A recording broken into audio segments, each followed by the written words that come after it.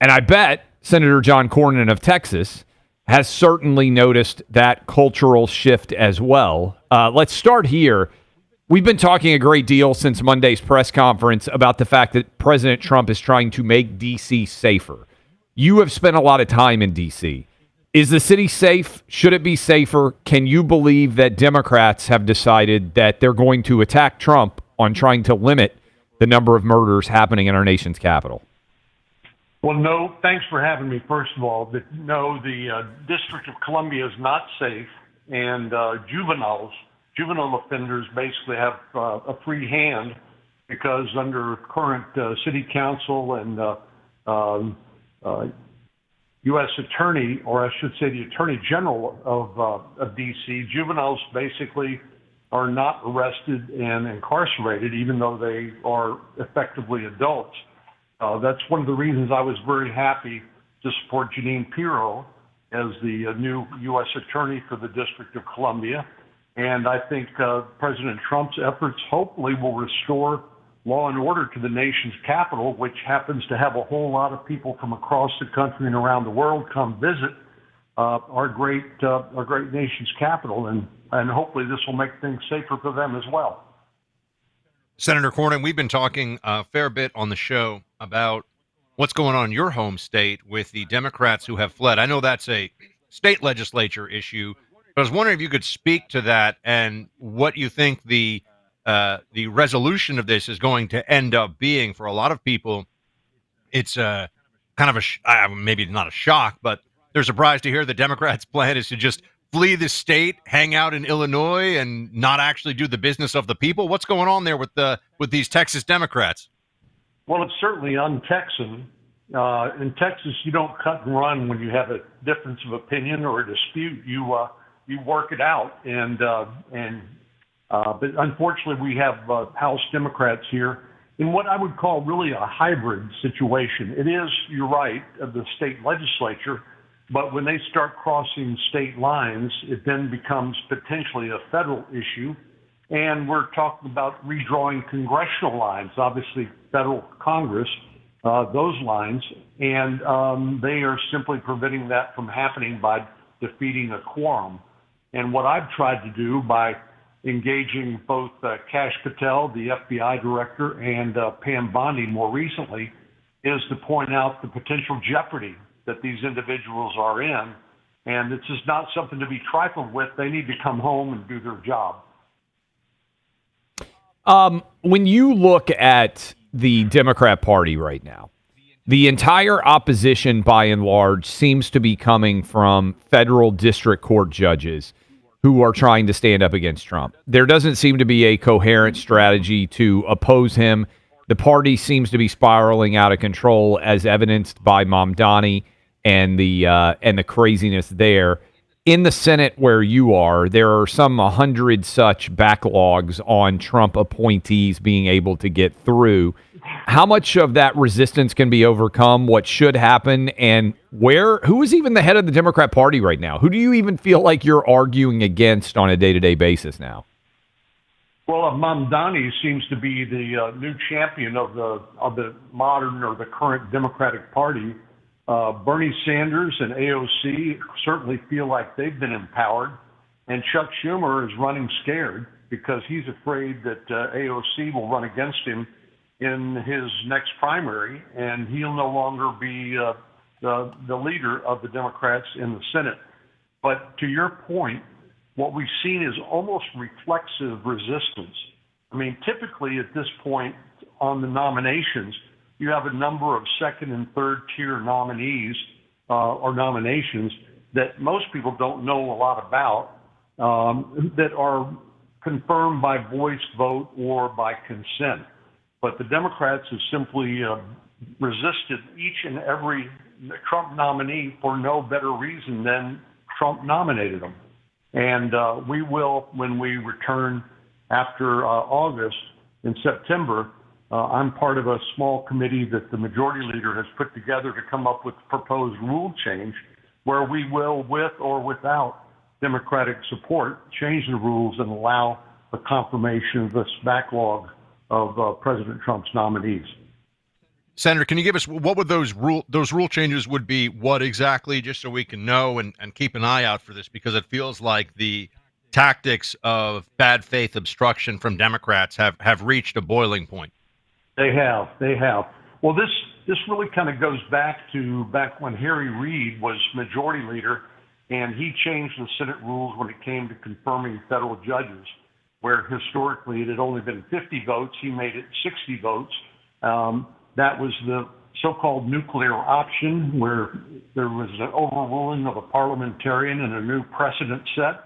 I don't want to bore your listeners, but we extended that in 2017 when Neil Gorsuch was being blocked by Democrats. It would be a similar procedure where the majority leader would move to take up these nominees as a block, in block as they're called, and let's say 10, 20, 40, 50 of them at a time.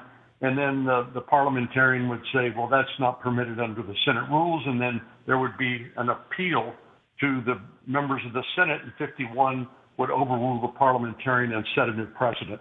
That's the down in the weeds way that this would happen. But sometimes it's called the nuclear option because it's pretty unusual. But this blockade of President Trump's nominees is simply intolerable, and we're not going to tolerate it anymore. We're talking to Senator Cornyn. You are in the middle of a primary battle. What can you tell us about that race as it pertains to the Republican race? And what are you hearing about Democrats and who's going to run and what the expectations are on that side of the ledger? Yes, I am in a contested primary. We have the earliest primary, I believe, in the country, which is March the 3rd. And I'm very proud of my support for President Trump and his policies. We went back and actually calculated it, 99.2% of the time, a pro-Trump voting record.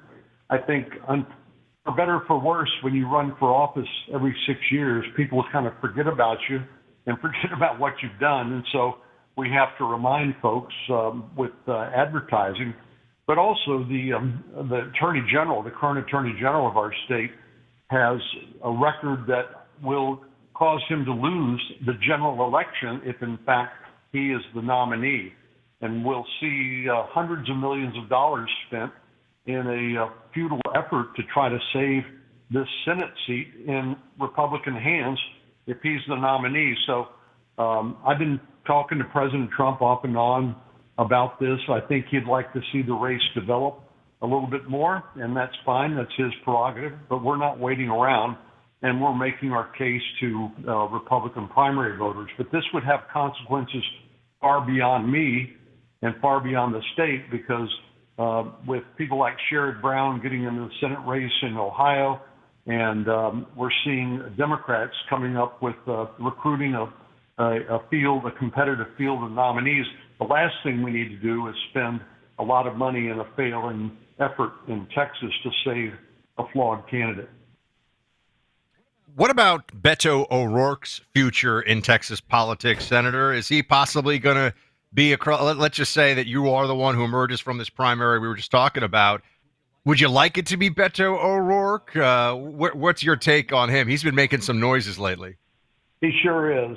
And Beto is, I have a rule of thumb in politics and in elections. It's 3 strikes and you're out. And Beto has run so many times for the Senate, for president, and for governor, and he's basically, everybody knows about Beto, and he's simply out of step with what I would call Texas mainstream voters. He could run maybe for Senate or governor in California, but he sure is out of step with Texans, and he's not a viable candidate. The guy who's actually announced he intends to run at this point is Colin Allred, who lost to Ted Cruz in 2024.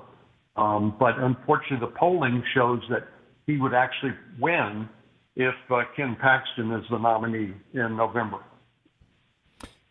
I know you're in the middle of a heated primary, and you probably don't like questions like this but they get asked all the time. If you were not the nominee, Would you campaign for and maybe somebody else is going to run, who knows? Would you campaign for the Republican nominee, or would you sit out the entire election process? Well, I think if I'm not the nominee, then I'll continue to serve in the Senate for another year and a half or so, and do the best I can to represent my constituents. I'm not going to speculate as to who the nominee ultimately will be. You're right. Other people could get in the race. We could see Ken Paxton decide once the numbers close and it looks like he can't win.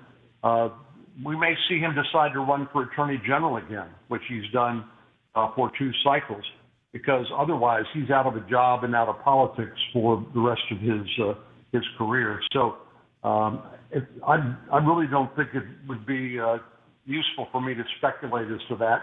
But traditionally, what I've always done, is support the nominee in my party, no matter who it is.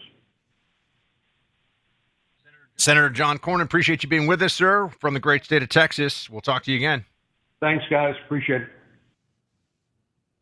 It's really we got to have on. We had Paxton on to talk about Texas, but we got to have him back. I didn't realize that we got into the primary thing here, so we'll have Paxton on to make his case too. This is going to be we've got Kentucky, we have got Georgia, we have got Texas.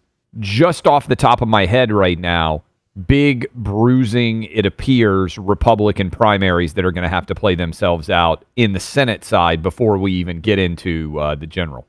And we don't, as you know, we do not, as a rule, endorse in a Republican primary. So we'll put that offer out for the opponent here to come on as well and make his case. But I was very curious to hear about particularly, Clay, the Senate confirmation stuff that's going on. No doubt. Senator Cornyn spoke to. It's a big deal.